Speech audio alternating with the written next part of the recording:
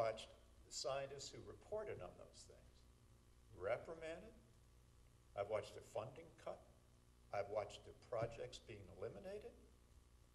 I've watched them lose their jobs at universities, and I've watched them drummed out of the state. And those are the tip of the iceberg, because the universities never require you to lie on behalf of getting more money. They just require you to shut up.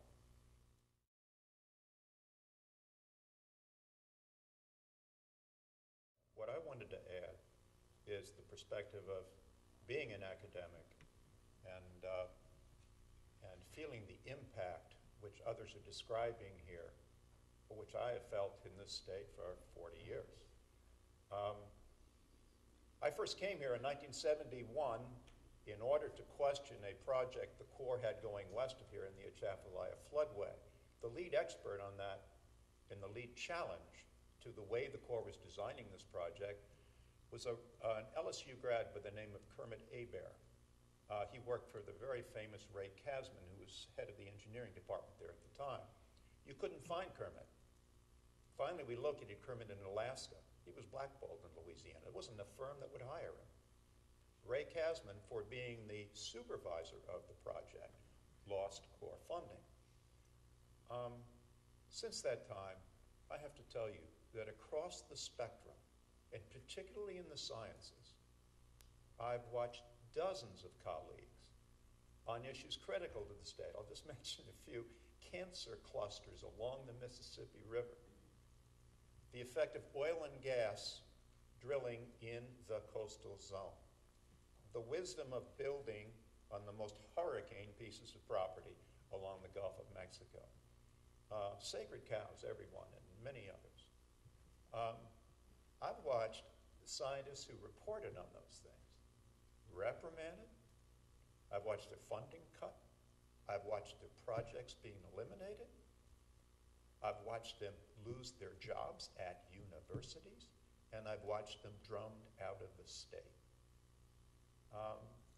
And those are the tip of the iceberg, because the universities never require you to lie on behalf of getting more money. They just require you to shut up. And who loses are you. The people who lose are the media. Imagine if you didn't have Ivor's post-hurricane work, what the Times-Picayune and the news media's reporting would have been on why this happened and how. You'd have been dead in the water. And so would the public.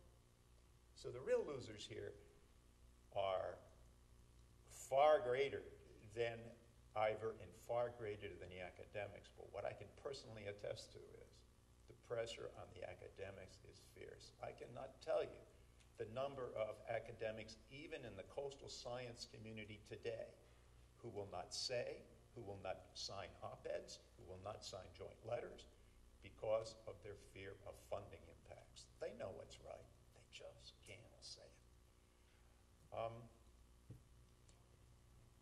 And that suppression, I think, breaks the university's compact, any university's compact with the people. Why do we give them tuitions? Why do we build buildings for them? Why do we give them tax exemptions? Why do we give them property?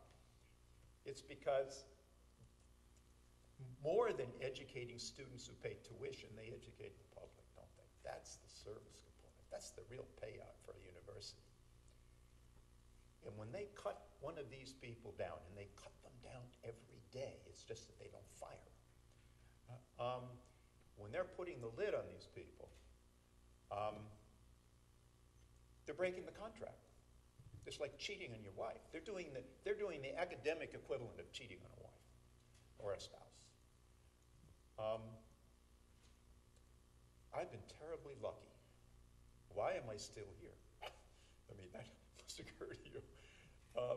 And the answer is, I've been at a university which has backed me up. I've been terribly fortunate to have two university presidents who believe that the function of the university is to follow research where it goes and to speak out. But that's luck. And all I can say is, so far, I've been backed up. So, as goes Ivor, go we all, and that doesn't just mean academics, it means you and the press, it means a whole lot of other things. So pay attention to this case, follow it out. Godspeed, thank you.